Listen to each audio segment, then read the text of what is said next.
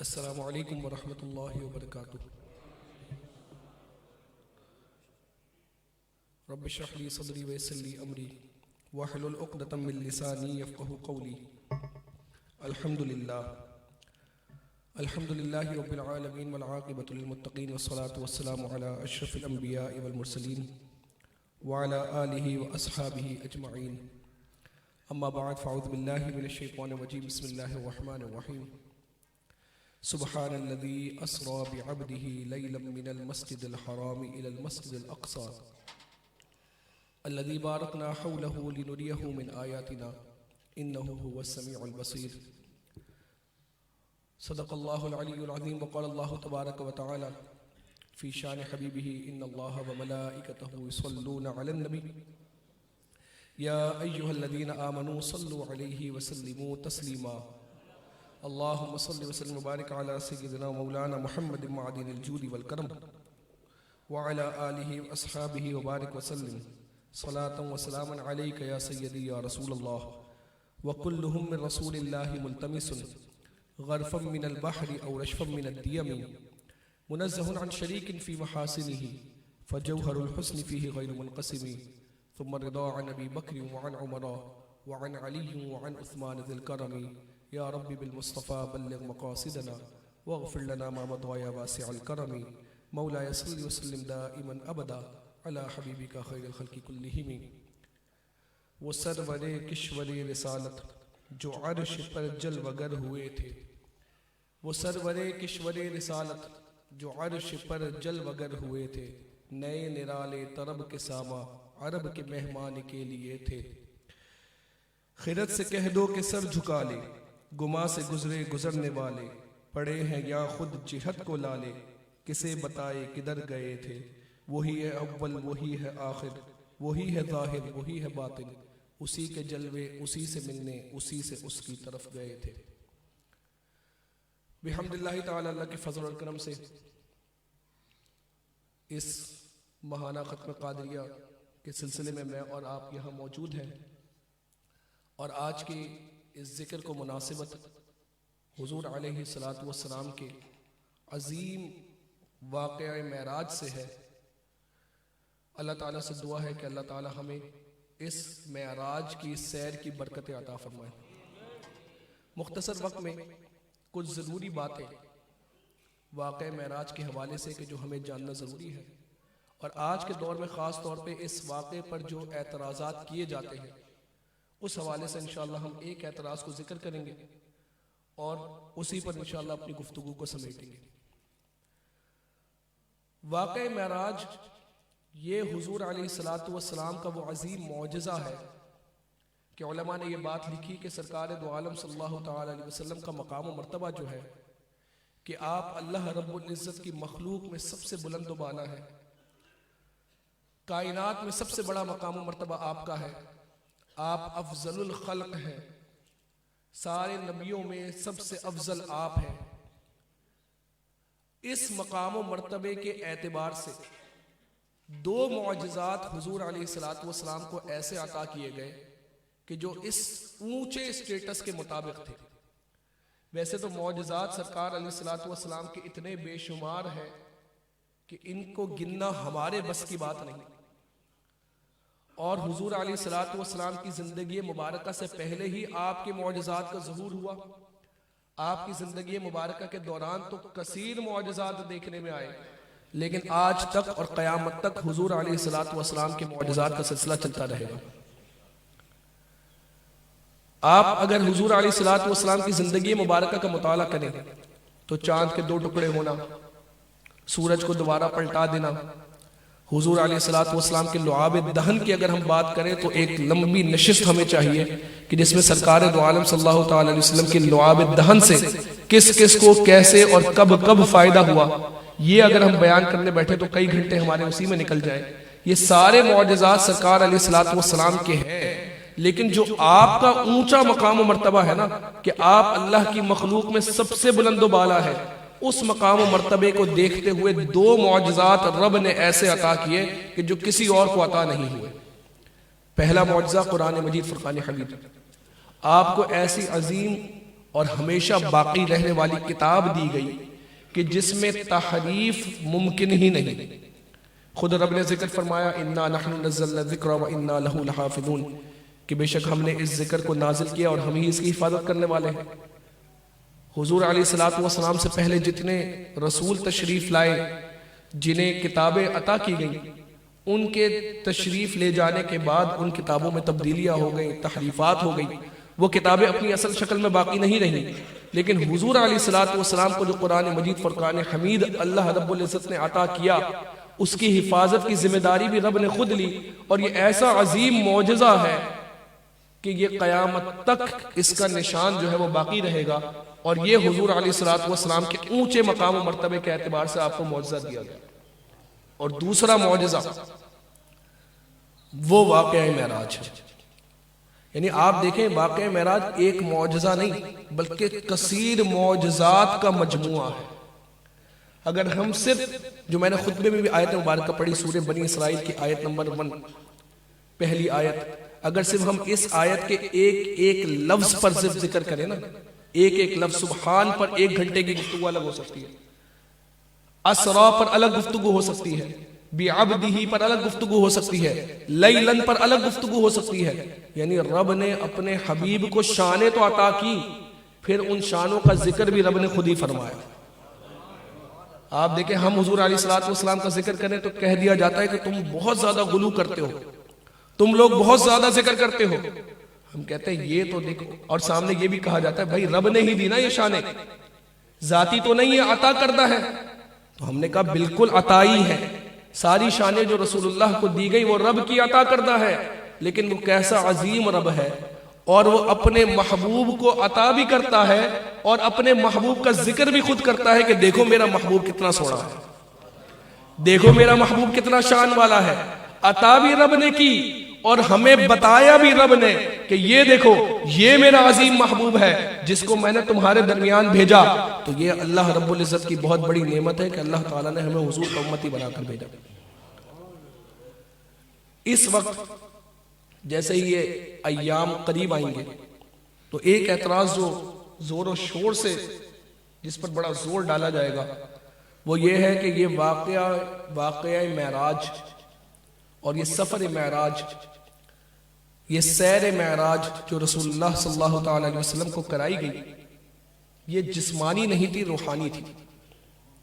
یعنی یہ خواب میں ہوئی، بدن کے ساتھ نہیں ہوئی. یہ ایک اعتراض جو ہے وہ بڑا زور و شور سے سوشل میڈیا پر پھیلایا جاتا ہے، اور غامدی فکر کے لوگ خاص طور پر قرآن کی آیات کو اور حدیث کے ظاہری معنی کو تبدیل کرتے ہیں، اس کو اس کے اصل معنی سے پھیرتے ہیں، اور عوام میں یہ پرسپشن دینے کی کوشش کرتے ہیں کہ یہ سیر معراج جو ہوئی یہ حضور علیہ الصلوۃ والسلام کو خواب میں کروائی گئی، جسمانی نہیں تھی. آج ہم انشاءاللہ مختصر وقت میں اسی بات پر جو ہے وہ ہم اسی اعتراض کا جواب لے کے جائیں گے یہاں سے، تاکہ ہمیں یہ پتہ چلے کہ واقعہ معراج جو ہے یہ جسمانی تھی، اور یہ حضور علیہ الصلوۃ والسلام کا جیسے میں نے ذکر کیا کہ یہ ان معجزات میں سے ہے کہ جو آپ کے اونچے مقام و مرتبے کے مطابق تھا. آپ دیکھیں حضرت موسیٰ علیہ السلام نے قرآن میں آیا کہ اللہ رب العزت سے کہا قال ربی ارینی انظر الیک، اے میرے رب میں تجھے دیکھنا چاہتا ہوں. تو اللہ تعالیٰ نے موسیٰ علیہ السلام کو کیا جواب دیا؟ لن ترونی، اے موسیٰ تم ہرگز ہمیں نہیں دیکھ سکتے، ولکن انظر الی الجبل فإن استقر مکانہ فسوف ترانی، لیکن سامنے اس پہاڑ کی طرف دیکھو، ہم اس پہاڑ پر اپنی ایک تجلی ظاہر کریں گے، اگر وہ پہاڑ اپنی جگہ پر باقی رہا تو ان قریب اے موسیٰ تم ہمیں دیکھ لو گے. رب تعالیٰ نے اپنی ایک تجلی جب اس پہاڑ پر ظاہر کی تو وہ پہاڑ جو ہے وہ ریزہ ہو گیا، پاش ہو گیا. اور موسیٰ علیہ السلام نے جب اس ایک تجلی کو دیکھا تو آپ جو ہے وہ اس کی تاب نہ لا سکے اور زمین پر تشریف لے آئے. لیکن کتابوں میں آتا ہے کہ حضرت موسیٰ علیہ السلام کی بصارت اس واقعے کے بعد اتنی تیز ہو گئی تھی، آپ کی بینائی اس واقعے کے بعد اتنی تیز ہو گئی تھی کہ رب کی تجلی، ایک تجلی کی کرن جب دیکھی تو آپ رات کے اندھیرے میں کئی میل دور پہاڑ پر چلنے والی چونٹی کو دیکھ لیا کرتے تھے. یہ شان موسیٰ علیہ السلام کی، اور سوچے پھر ہمارے آقا علیہ السلام کا مقام و مرتبہ کیا ہوگا کہ رب کو جاگتی آنکھوں سے آپ نے رب کا دیدار کیا معراج کی رات۔ یہ بات تو مسلم ہے کہ یہ معراج ہوئی ہے ہجرت سے پہلے، یعنی حضور علیہ السلام نے ابھی مدینہ منورہ کی طرف ہجرت نہیں فرمائی تھی، اور اس سے پہلے یہ حضور علیہ السلام کو سیر کروائی گئی۔ اور تمام محققین نے یہی بات لکھی کہ حضور علیہ السلام جب طائف سے واپس آئے ہیں، اور طائف کے لوگوں نے جب حضور علیہ السلام کے پیغام کو نہ مانا بلکہ حضور علیہ السلام کو تکلیف پہنچائی، آپ کو ایذا دی، جب حضور علیہ السلام وہاں سے واپس آئے تو رب تعالی نے حضور علیہ السلام کو یہ عظیم سیر کرائی، اور خود قرآن نے بھی لفظ اسرا ذکر کیا۔ اسرا کا مطلب ہوتا ہے رات کے وقت نکلنا، سیر کے لیے نکلنا۔ یہ حضور علیہ السلام کو سفر نہیں کروایا گیا بلکہ یہ حضور علیہ السلام کو سیر کروائی گئی۔ میں یہ سارے الفاظ اس لیے ذکر کر رہا ہوں کہ بات اینڈ میں جو ہے وہ اس کو کمبائن کروں گا تاکہ ہمیں مضمون سمجھ آ جائے۔ بلا تشبیہ و تمثیل، بلا تشبیہ و تمثیل، صرف سمجھانے کی حد تک بات کر۔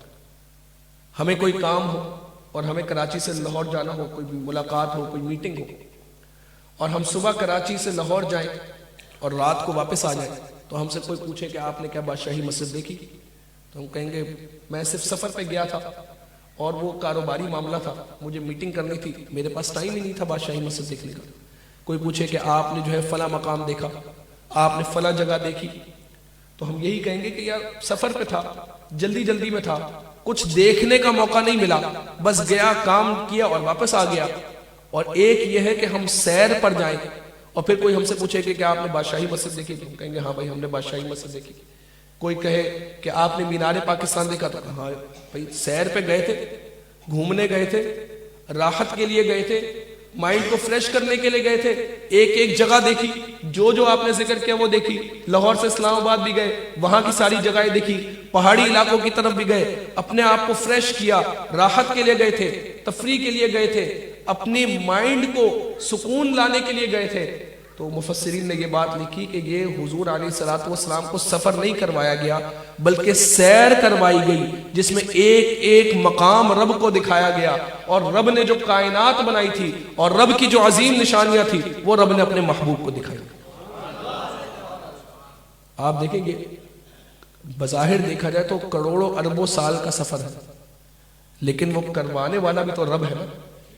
خود فرماتا ہے سبحان الذی، ہمارا محبوب خود نہیں گیا، کون لے کر گیا؟ سبحان، وہ ذات لے کر گئی، وہ ذات جو ہر عیب سے پاک ہے، وہ ذات جو ہر نقص سے پاک ہے، وہ ذات جو ہر کمی سے پاک ہے، اس ذات نے سیر کرائی بعبدہ، اپنے بندہ خاص کو، لیلا من المسجد الحرام الى المسجد الاقصی، رات کے تھوڑے سے حصے میں مسجد حرام سے مسجد اقصی تک کی طرف۔ آپ دیکھیں بعبدہ کا لفظ بھی یہاں جو ذکر ہوا نا آیت میں، بعبدہ کا لفظ، یہ بھی کتنا عظیم لفظ ذکر ہوا۔ بلا تشبیہ و تمثیل، ایک یہ ہے کہ ہم میں سے ہر بندہ بولے کہ ہم اللہ کے بندے ہیں، اور ایک یہ ہے کہ رب خود بولے یہ ہمارا بندہ ہے۔ آپ دیکھیں تو صحیح کہ ایک لفظ جو ہے وہ شان مصطفیٰ صلی اللہ تعالیٰ علیہ وسلم کیسے بیان کرتا ہے۔ یہاں اللہ تعالیٰ نے حضور علیہ السلام کا نام مبارک ذکر نہیں کیا بلکہ اپنی طرف نسبت کی، بعبدہ، پاک ہے وہ ذات جس نے سیر کرائی اپنے بندہ خاص کو۔ آپ دیکھیں کتنی عظیم یہ رات ہے، کتنے عظیم یہ معجزہ ہے، اس پر ذکر کریں تو کئی ساری باتیں ہیں۔ آپ اس کو ایک اور ایگزامپل کی طرف ہم لیتے ہیں، پھر میں اصل موضوع کی طرف آتا ہوں۔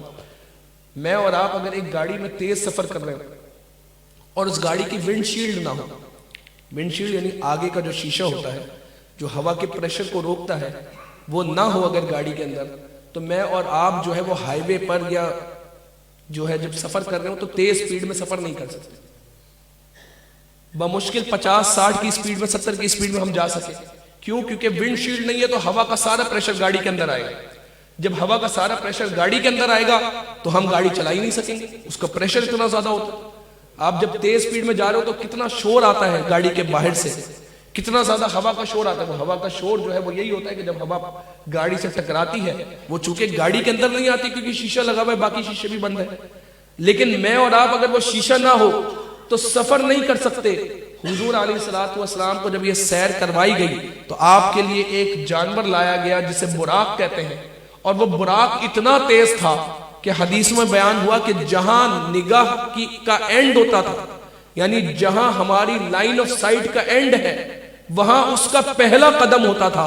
اس کو اس طرح سمجھے کہ ایک بڑی بلڈنگ پر کھڑے ہوں اور جہاں آپ کو جہاں آخری سرا جو نظر آ رہا ہے وہ براق کا ایک قدم ہے.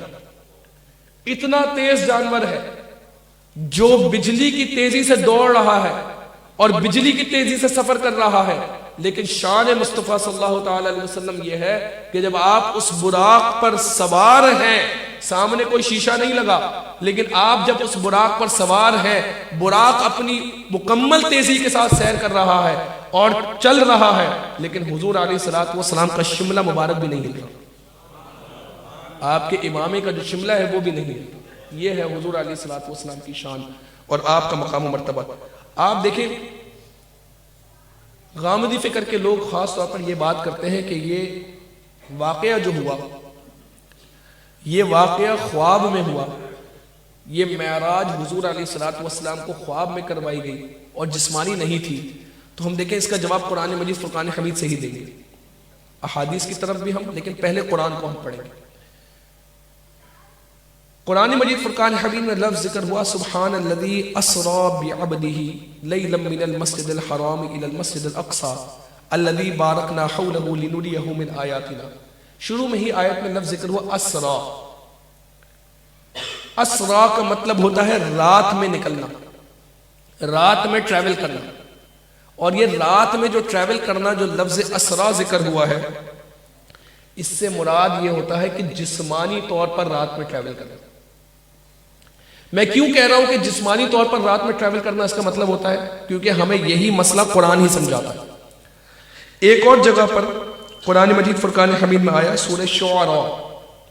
سورہ شعراء ایک تو شورا ہے واو کے ساتھ اور ایک شعراء ہے عین کے ساتھ.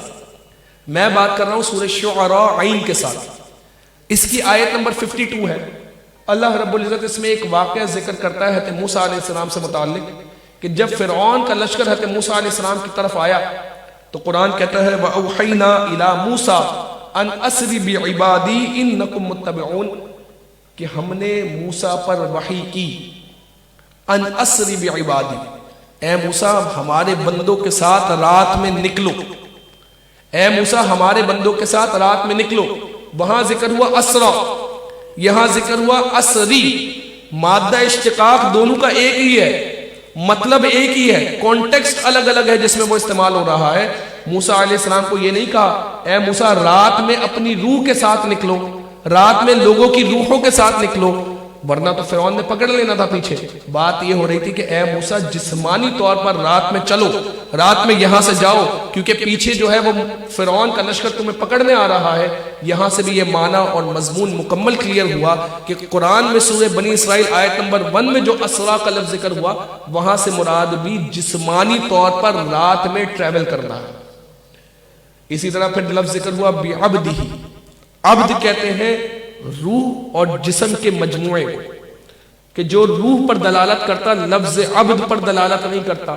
لفظ عبد جو ذکر ہوا وہ بھی اسی طرف اشارہ کرتا ہے کہ یہاں بات جو ہو رہی تھی وہ جسمانی معراج کی ہو رہی تھی, کیونکہ عبد کا لفظ جسم اور روح کے مجموعے کو کہتے ہیں.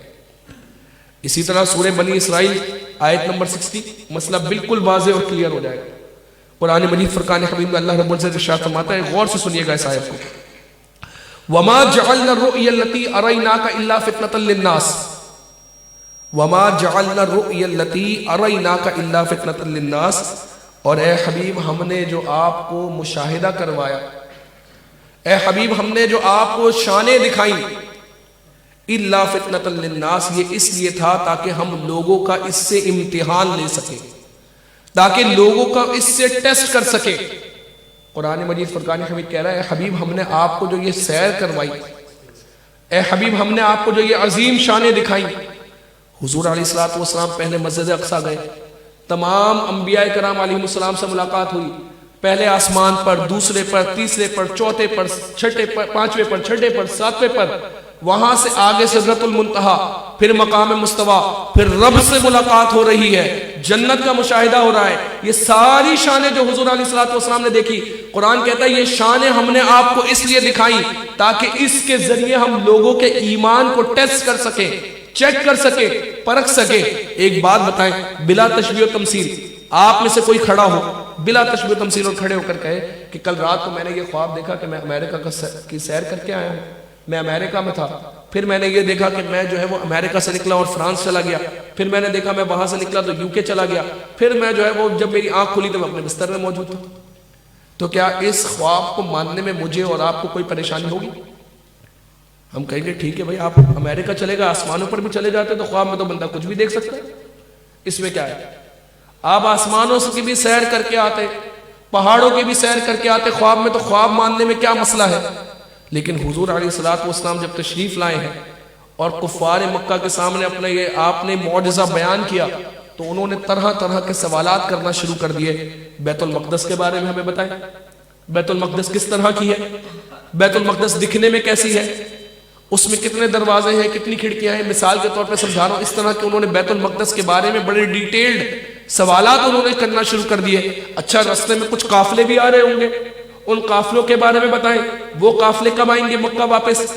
اس طرح کے سوالات کرنا ہی یہ بات بتاتا ہے کہ یہ واقعہ جو ہے وہ جسمانی تھا، ورنہ تو وہ سوال نہ کرتے، وہ سامنے یہی کہتے کہ ٹھیک ہے آپ نے رات میں دیکھا تو اس میں کیا ہے۔ میں ان کے اعتبار سے بات کروں، ان کا اچھمبے میں پڑنا، پریشانی کا شکار ہونا، ان کا اس بارے میں جو ہے وہ ڈاؤٹ لے کر آنا اور سوالات کرنا، وہ یہی بتاتا ہے کہ وہ بھی مانتے تھے کہ یہ محمد صلی اللہ علیہ وسلم جو ذکر کر رہے ہیں، یہ ذکر جو ہے جسمانی اعتبار سے کر رہے ہیں کہ میں رات میں وہاں گیا، ورنہ تو یہ بھی کہہ سکتے تھے کہ ٹھیک ہے رات میں بیت المقدس دیکھا تو دیکھا۔ تو آپ دیکھیں یہ اس ٹائم پر جو صحابہ کی جماعت جو تیار ہو رہی تھی نا، یہ ان کا بھی امتحان تھا کہ جب ان کا حبیب ان کو یہ کہے کہ میں نے یہ سارے کام کیے جو بظاہر عقلی طور پر سمجھ نہیں آتے، لیکن جب ان کا حبیب یہ کہے تو ان کا کیا ری ایکشن ہوتا ہے۔ تو پھر سب سے پہلے سر فہرست سیدنا صدیق اکبر رضی اللہ تعالیٰ عنہ آگے بڑھے اور کہا میں ایمان لاتا ہوں اس بات پر۔ آپ دیکھیں خواب کا معاملہ ہوتا تو اس میں پھر اتنی پریشانی کی بات ہی نہیں تھی، خواب کا معاملہ ہوتا تو پھر اتنے یعنی تمہید باندھنے کی اور اتنے جو ہے وہ مقدمات قائم کرنے کی ضرورت کیا تھی۔ پھر خواب کا معاملہ ہوتا تو قرآن نے اس کو فتنۃ للناس، لوگوں کے لیے آزمائش و فتنہ کیوں کہا؟ یہ لوگوں کے لیے آزمائش و فتنہ کہنا ہی اس بات کی طرف اشارہ تھا کہ یہ لوگ ہمیشہ اس چیز میں جو ہے وہ پریشان ہوں گے، اور وہ جو حضرت ابو بکر کے ماننے والے ہوں گے، جو ان کے طریقے پر چلنے والے ہوں گے، وہ کہیں گے یا رسول اللہ آپ نے کہہ دیا، ہم نے اس بات کا اقرار کر لیا۔ اور یہی ہوا۔ حضرت ابو بکر صدیق رضی اللہ تعالیٰ عنہ کا کیا پاورفل جملہ تھا، آپ نے کیا پاورفل جملہ فرمایا۔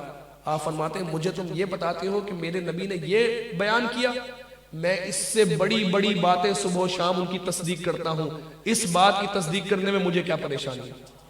وہ کہتے ہیں حضرت ابوبکر وہ نبی مجھے یہ بتاتے ہیں کہ ان پر فرشتہ وحی لے کر آتا ہے، جب میں اس بات کی تصدیق کر سکتا ہوں اور میں اس بات کی تصدیق کرتا ہوں تو وہ رب جس نے انہیں دنیا میں بھیجا، اس نے اگر اتنے عظیم سیر کرائی انہیں تو اس بات کو ماننے میں مجھے کیا مسئلہ ہے۔ اسی ٹائم پہ آپ کو لقب صدیق عطا ہوا۔ آپ دیکھیں کبھی اس معاملے میں پریشان نہیں ہوئے۔ یہ حضور علیہ الصلوۃ والسلام کی بہت بڑی شان ہے معراج، یہ حضور علیہ الصلوۃ والسلام کی بہت بڑی عظمت ہے معراج۔ اس عظمت کو، اس شان کو پڑھیں، اس کا ذکر سنیں، اس کو بیان کریں، کیونکہ یہ ذکر کرنا، پڑھنا، سننا یہی کل قیامت میں ہمیں بخشوا دے۔ یعنی اب یہ معاملہ ہے کہ سرکار علیہ الصلوۃ والسلام کے حوالے سے جو مسلمات ہیں ان پر بھی بات ہوگی، اب اس حوالے سے بھی ڈاؤٹ کریٹ کیا جائے گا۔ پھر وہ ایک روایت پیش کی جاتی ہے کہ ام المومنین عائشہ صدیقہ رضی اللہ تعالی عنہا نے ارشاد فرمایا کہ معراج کی رات میں نے سرکار کو بستر سے گم نہیں پایا۔ مفہوم روایت یہ ہے، آپ فرماتی ہے کہ میں نے معراج کی رات سرکار کو بستر سے گم نہیں پایا، معراج کی رات سرکار بستر میں ہی موجود تھے. تو یہاں سے یہ بات کی جاتی ہے کہ دیکھو اگر جسمانی معراج ہوتی تو سرکار موجود نہ ہوتے, سرکار وہاں موجود تھے. یہی بات پتہ چل رہی ہے کہ یہ روحانی معراج تھی, خواب میں معراج تھی. تو ہم کہیں گے بھائی یہ تو اسٹیبلش کرو کہ معراج ہوئی کب, کیا آپ کے مطابق معراج ہجرت کے بعد ہوئی؟ تو کہیں گے نہیں, معراج تو ہجرت سے پہلے ہوئی. کہا جب معراج ہجرت سے پہلے ہوئی تو ام المومنین ہماری ماں حضرت عائشہ صدیقہ رضی اللہ تعالی عنہا سرکار علیہ الصلوۃ والسلام کے گھر میں رخصت ہو کر تشریف لا رہی ہیں مدینے میں. مکہ میں تو آپ موجود ہی نہیں سرکار کے گھر میں. تو پھر اس روایت کا کیا مطلب؟ تو کہا ہاں اب ہم سے سیکھو, اب ہمارے بزرگوں سے سیکھو کہ انہوں نے کیا لکھا. اس روایت کا مطلب یہ ہے, اور شیخ محقق اور دیگر ہمارے کئی سارے علماء نے یہ بات لکھی کہ حضور علیہ الصلوۃ والسلام کو 34 مرتبہ معراج کروائی گئی, جس میں 33 مرتبہ جو سرکار علیہ الصلوۃ والسلام کو معراج کروائی گئی وہ روحانی تھی, اور 1 مرتبہ جو معراج کروائی گئی وہ جسمانی تھی. یہ جسمانی معراج کی ہم بات کر رہے ہیں جو مکہ میں ہوئی, اور جس معراج کی بات ام المومنین کر رہی ہیں وہ مدینہ کی معراج ہے جب آپ حضور علیہ الصلوۃ والسلام کے گھر میں موجود تھے. مسئلہ حل ہو گیا. ام المومنین حضرت عائشہ صدیقہ رضی اللہ تعالی عنہا کے فرمان ہمارے لیے حق ہے, مشعل راہ ہے, لیکن آپ حضور علیہ الصلوۃ والسلام کے گھر میں اس وقت موجود نہیں تھی, آپ کی رخصتی نہیں ہوئی تھی جب حضور علیہ الصلوۃ والسلام کو ہجرت سے پہلے جسمانی معراج کروائی گئی. تو یہ جو ہے وہ ایک بڑا اہم اعتراض ہے کہ جس کا جواب دینا جو ہے وہ بہت زیادہ ضروری ہوتا ہے. اسی طرح بس آخری 2 آیتیں قرآن کی پڑھتے ہیں تاکہ یہ مسئلہ بالکل واضح ہو جائے. قرآن ہی فرماتا ہے ایک اور جگہ پر سورہ زخرف میں آیت نمبر 45, یہ آیت بھی مفسرین نے لکھا کہ یہ آیت معراج کے حوالے سے, یعنی یہ جو بات ہو رہی ہے یہاں معراج کے حوالے سے ہو رہی ہے. سورہ زخرف آیت نمبر 45 میں اللہ رب العزت ارشاد فرماتا ہے وَاسْأَلْ مَنْ أَرْسَلْنَا مِنْ قَبْلِكَ مِنْ رُسُلِنَا أَجَعَلْنَا مِنْ دُونِ الرَّحْمَنِ آلِهَةً يُعْبَدُونَ, اور جو ہم نے تم سے پہلے اپنے رسول بھیجے, سنیے گا غور سے, اللہ رب العزت ارشاد فرماتا ہے اور جو ہم نے تم سے پہلے اپنے رسول بھیجے ان سے پوچھو, اے حبیب ان سے پوچھو کیا تم نے رحمان کے سوا, کیا ہم نے رحمان کے سوا کچھ اور معبود مقرر کیے ہیں جن کی عبادت کی جائے. مفسرین نے لکھا یہاں جو پوچھنے کی بات ہو رہی ہے نا کہ ان سے پوچھو, یہ بات ہو رہی ہے معراج کی رات کی کہ جب سرکار علیہ الصلوۃ والسلام کی بیت المقدس میں تمام نبیوں سے ملاقات ہوئی تو رب فرما رہا ہے اے حبیب ان نبیوں سے پوچھو کہ ہم نے کیا کبھی ان کو اللہ کے علاوہ کسی اور کی عبادت کرنے کا حکم دیا. تو جب یہ پوچھنے کی بات ہو رہی ہے تو یہ کب بات ہو رہی ہے؟ یہ معراج کی رات کو بات ہو رہی ہے جب سرکار دو عالم صلی اللہ تعالی علیہ وسلم کی فزیکلی تمام نبیوں سے ملاقات ہوئی. اور خود جو ہے وہ ایک اور جگہ پر ارشاد ہوا سورہ سجدہ کے اندر وَلَقَدْ آتَيْنَا مُوسَى الْكِتَابَ, اور اے حبیب بے شک ہم نے وَلَقَدْ آتَيْنَا مُوسَى الْكِتَابَ, اور ہم نے موسیٰ کو کتاب عطا فرمائی. فَلَا تَكُنْ فِي مِرْيَةٍ مِّن لِقَائِهِ, اور اے حبیب تم موسیٰ سے ملاقات میں شک نہ کرنا. تم نے موسیٰ سے جو ملاقات کی ہے اس میں شک نہ کرنا. اب اگر خواب کا معاملہ ہوتا تو اس میں شک کی کیا بات؟ اگر معاملہ خواب کا تھا اور ملاقات خواب میں ہوتی تو اس میں شک کی کیا بات؟ یہاں فَلَا تَكُنْ فِي مِرْيَةٍ مِّن لِقَائِهِ, اور اے حبیب جو آپ نے موسیٰ علیہ السلام سے ملاقات کی بیت المقدس میں, پھر چھٹے آسمان پہ, مِن لِقَائِهِ, اس ملاقات میں آپ شک نہ کرنا, اس ملاقات میں آپ شک نہ کرنا. یہ سارے دلائل اسی بات کو ذکر کرتے ہیں کہ حضور علیہ الصلوۃ والسلام کو رب نے معراج جسمانی کروائی. اور ہم جو یہ دعویٰ کرتے ہیں نا کہ ہمارا رب سب کچھ کر سکتا ہے, ہم مسلمانوں کا یہ دعویٰ ہے, بحمداللہ ہم اس دعوے پر قائم ہیں, ہمارا رب سب کر سکتا ہے. تو ہمارا رب کیا کر سکتا ہے اس کی ایک جھلک اور اس کی ایک نظیر اور اس کی ایک مثال وہ یہ سفر معراج ہے, وہ یہ سیر معراج ہے کہ ہمارا رب تو وہ بلند ہے اور ایسا عظیم ہے اور ایسا پاک ہے ہر عیب سے, ہر کمی سے, ہر نقص سے, کہ وہ کروڑوں اربوں سال کا سفر کروا دے, کروڑوں اربوں سال کی سیر کروا دے اور دنیا میں وقت ہی نہ گزرے. آپ دیکھیں اس واقعے کے ایک ایک گوشے پر گفتگو ہو سکتی ہے, کتنا عظیم یہ واقعہ ہے. آخر میں ہم امام اہل سنت الشاہ امام احمد رضا خان نور اللہ مرقدہ کے اس قصیدہ معراج جو آپ نے لکھا، اس کو پڑھنا چاہیے ان مواقعوں کے اندر. اور قصیدہ معراج جو ہے یہ بڑا بہترین اور مجرب وظیفہ بھی ہے. قصیدہ معراج امام اہل سنت نے جو حضور علیہ الصلوۃ والسلام کی شان میں جو پورا قصیدہ معراج یہ لکھا، ہمارے یہاں مساجد میں جو ہے اس کو پڑھا بھی جاتا ہے اور اس کو ذکر بھی کیا جاتا ہے. کوئی ہدایت بخشش کی شرح لے اور شرح ڈاؤن لوڈ کر کے جو ہے آپ قصیدہ معراج کا ترجمہ، اس کی شرح جو ہے وہ آپ پڑھیں کہ اعلیٰ حضرت کیا کیا فرما رہے ہیں اور کس طرح آپ نے عظیم الفاظ کے اندر سرکار علیہ الصلوۃ والسلام کے اس معجزے کو ذکر کیا اور کیا آپ نے اس میں پیرائے کھینچے اور کیا آپ نے بات بیان کی. بڑا خوبصورت یہ قصیدہ ہے. اس کو پڑھیں اور اس کو بطور وظیفہ بھی اگر کوئی پڑھے تو یہ بہت مجرب ہے. ہم آخری اعلیٰ حضرت کے اشعار میں سے جو ایک شعر آپ نے ذکر کیا قصیدہ معراج کا اور جو آپ نے دعا فرمائی، اسی سے پر ہم اپنی آج کی نشست کا اختتام کرتے ہیں. آپ فرماتے ہیں کہ نبی رحمت شفیع امت رضا پہ للہ ہو عنایت. نبی رحمت شفیع امت ہم سب پہ ہو للہ، ہم سب پہ للہ ہو عنایت. اسے بھی ان خلعتوں سے حصہ جو خاص رحمت کے ماں بٹے تھے. ہمیں بھی ان خلعتوں سے حصہ جو خاص رحمت کے ماں بٹے تھے. اللہ تعالیٰ سے دعا ہے کہ ہمیں اس واقعے کو سمجھنے کی اور اس کو پڑھنے کی اور اس کو بیان کرنے کی اللہ تعالیٰ ہمیں توفیق عطا فرمائے. یہ بڑا عظیم معجزہ ہے. سرکار علیہ الصلوۃ والسلام سے محبت کا ذریعہ واقعہ معراج ہے. سرکار کی شانوں کو سمجھنے کا ذریعہ واقعہ معراج ہے. اللہ تعالیٰ ہمیں اس واقعے کی، اس سیر کی برکتیں عطا فرمائے. اللہ تعالیٰ ہمیں حضور علیہ الصلوۃ والسلام کی جو آپ پر عنایات رب کی طرف سے اس رات میں ہوئی، اللہ تعالیٰ اس کا حصہ ہمیں بھی عطا فرمائے. مرتے دم تک کلمہ طیبہ پر قائم رہ، دائم رہنے کی توفیق عطا فرمائے. وآخر دعوانا الحمد للہ رب العالمین.